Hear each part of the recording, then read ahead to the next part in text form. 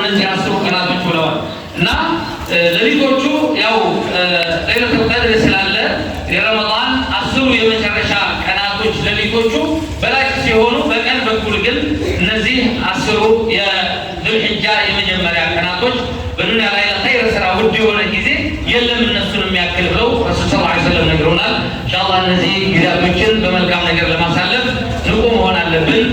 ሌላው ያው አልহামዱሊላህ አሁን ለዚህ ለአዲሱ መስጊዳችን ከሱዑዲያ የመጣ ስፒከርም በመስጊዱ ቁባና ሚናራው ላይ የሚሆኑ የተለያዩ የመስጊዱ የፊኒሽንግ እቃዎች ነበሩ። አልহামዱሊላህ ተጭኖ መስጥቶ አዲስ አበባ ለቀረጥና ለእንትን በጣም ረጅም ጊዜ ወስዶ ነበረ። ወንድሞቻችን አግዘውን ያው በነፃ ቀረጡ ነፃ አውጥተን ያው እቃው ከሁለት ሳምንት አካባቢ በፊት ጀምሮ ያው እጃችን ላይ ገብቶ እዚህ ከተማ ላይ ደርሷል። እንግዲህ ይህንን ለማድረግ በግዢው ሆነ ቀረጡ ምናልባት ከ600-700 ሺህ ብር በላይ ነው ቀረጡ የሚገመተው። ይሄ በነፃ እንዲገባ ወንድሞቻችን የተባበሩን ያኒ ምን አህል ኢስላም ወገይሪ የሆኑ ወንድሞች ናቸው የተባበሩን።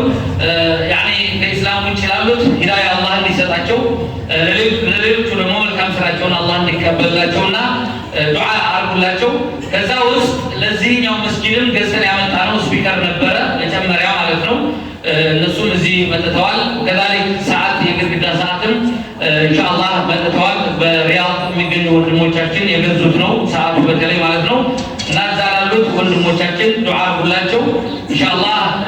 ለቀጣይ ደግሞ በማንኛውም የኸይር ስራ ሁሉም ባለቤት ነኝ ብሎ እየተሳተፈ ኢንሻአላህ ለዲናችን በሚያስፈልግ ነገር በበርካታ አብረን በመቆም የዲን አገልጋይ በመሆን ሀያታችንን ያማረ ለማድረግ እጅ ለእጅ ተያይዘን ልንሄድ ይገባል። ባረከላሁ ፊኩም። ይህንን ለመጠቆም ፈልጌ ነው። በተለይ ደግሞ በዚህ በኸይር ስራው የተሳተፉ ወንድሞቻችን ዱዓ አርጉላቸው።